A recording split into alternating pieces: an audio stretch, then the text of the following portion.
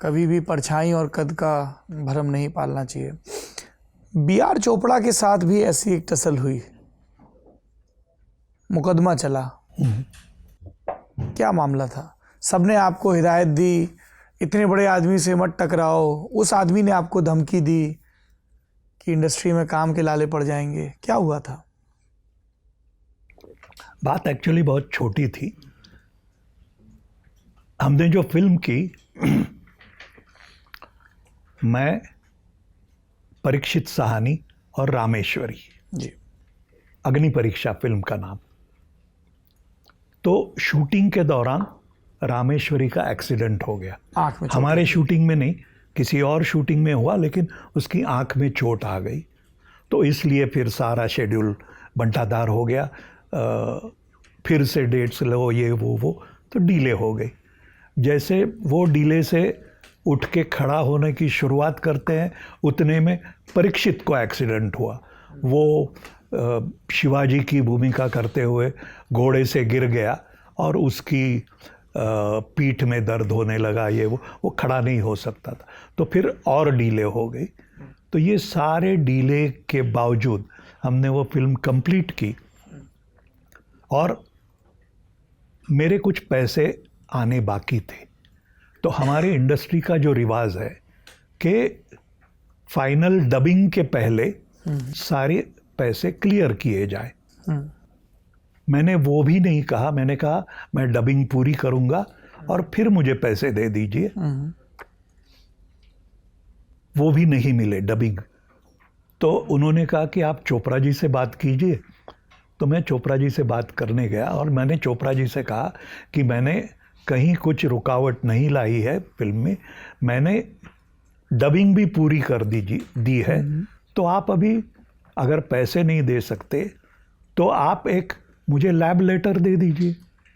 जो हमारी इंडस्ट्री का रिवाज है कि लैब लेटर दिया जाता था कि मेरे पैसे चुकाने के पहले फिल्म रिलीज नहीं की जाएगी, ये लैब गारंटी देता था। तो मैंने कहा वो लैब लेटर दे दीजिए।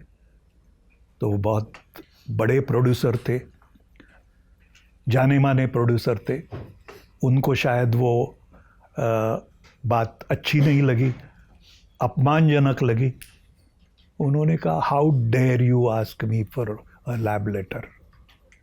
यहाँ से शुरुआत हुई, फिर यहाँ तक आया कि मैं इंडस्ट्री से बाहर फेंक दूंगा तुम्हें। तब जाके मैंने कहा कि चोपड़ा साहब, एक तो मैं यहाँ जो आया हूँ वो किसी दूसरे के किसी क्रचिस लेके मैं यहाँ नहीं आया हूँ, या मेरे पीछे कोई घराना नहीं है, कुछ नहीं है। मैं अपने बलबूते पे यहाँ आया हूँ, एक बात। और दूसरी बात, आप इंडस्ट्री से हटाने की जो बात करते हैं, इंडस्ट्री मतलब क्या, आपके बंगलों का बगीचा है? देखते हैं कैसे आप मुझे इंडस्ट्री से बाहर निकालते।